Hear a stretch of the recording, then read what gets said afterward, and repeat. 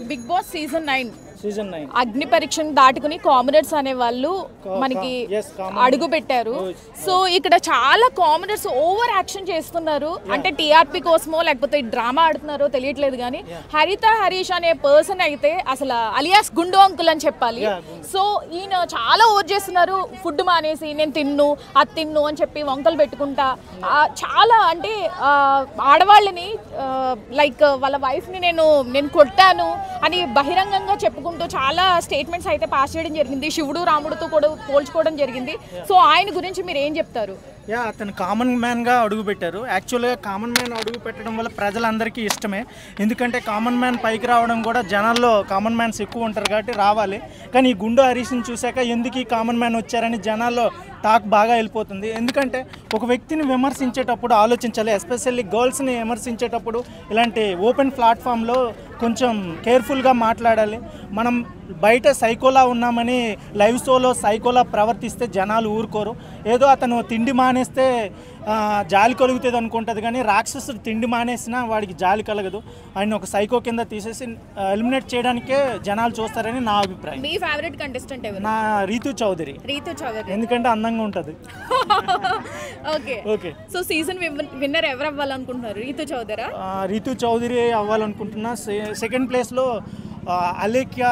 రమ్య ఉన్నారు కదా, wild card ద్వారా ఎంటర్ అవుతున్నా. ఆమె ఆల్రెడీ డీఫ్రేమ్ అయింది. చాలామంది ఆమెను ఇరిటేట్ చేశారు. సో ఆమెకి ఈ ద్వారా ఛాన్స్ రావాలని కోరుకుంటున్నా. అమ్మాయి కాబట్టి వాళ్ళు ఒకేసారి పాపులర్ అయ్యి వెంటనే డౌన్ అయిపోయారు. చిట్టి పికెల్స్ సంథింగ్ స్టార్ట్ చేసి అందరూ వాళ్ళని నెగిటివ్ చేసేసారు. ఆమె కూడా ఎంకరేజ్ చేయాలని కోరుకుంటున్నాను. సో ఎవరు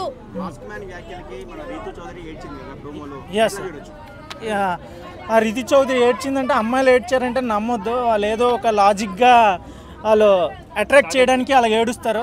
but we have to see, but we have to everyone. Manish కూడా ఏడ్చాడు కదా. మగాళ్ళు ఏడ్చారంటే ఒక అర్థం ఉంటుంది, ఒక బాధ ఉంటుంది. అమ్మాయిలు ఏడ్చారంటే ఏదో అట్రాక్ట్ చేయడానికి ఏడుస్తారు. ఏంటి ఎవరికి? గుండంకులకి సపోర్ట్ చేయలేదు. ఎందుకంటే ఆయన సైకోలో మాట్లాడతాడు. నా ఓటు రితు చౌదరికి. యాక్చువల్గా హరిత హరీష్ చాలా అబ్యూజింగ్ లాంగ్వేజ్ కూడా యూజ్ చేశాడు. రెడ్ ఫ్లవర్ అని, ఆ తర్వాత మనకి ఇమ్ముని బర్నీ గారిని కావచ్చు, రీతు చౌదరితో కావచ్చు చాలా అబ్యూజింగ్ లాంగ్వేజ్ మాట్లాడుతున్నాడు. సో ఇది జనాలకి చిచి అనిపిస్తుంది. ఇది బిగ్ బాస్ హౌసా లేకపోతే ఎర్రగడ్డ మెంటల్ హాస్పిటల్ అనిపిస్తుంది. సో మీరేం చెప్తారు? ఆఫ్ కోర్స్ అది ఎవరికి నచ్చట్లేదు.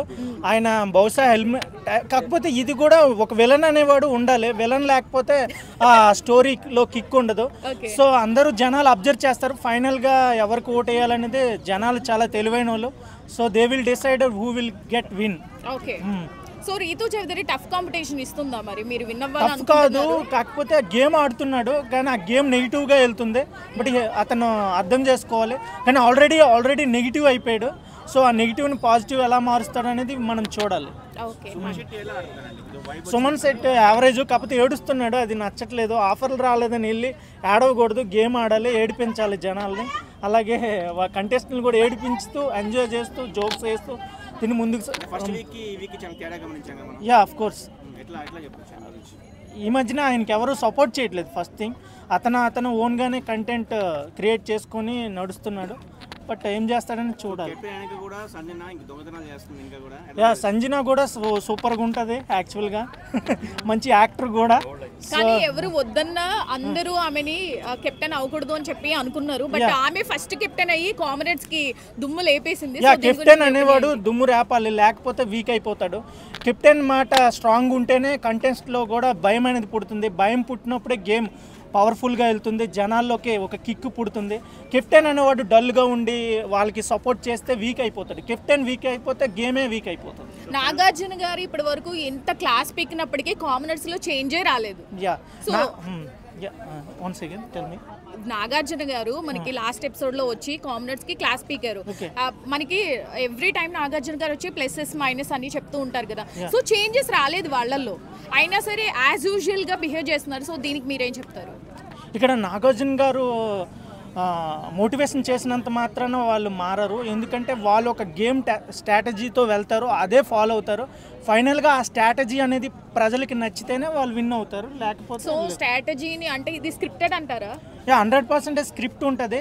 స్క్రిప్ట్ని సమ్ టైమ్స్ అది కన్వర్ట్ అయిపోతుంది, వేరే లాంగ్వేజ్లో కన్వర్ట్ అయిపోయి మన అక్కడ ఓన్ క్రియేట్ అయిపోతుంది. వాళ్ళు ఫస్ట్ స్క్రిప్ట్ ఇవ్వడం, స్క్రిప్ట్ ఇస్తారు. స్క్రిప్ట్ అనేది మాట పెరిగి అది ఆటోమేటిక్గా డైవర్షన్ అయిపోతుంది. That's it. Thank you everyone.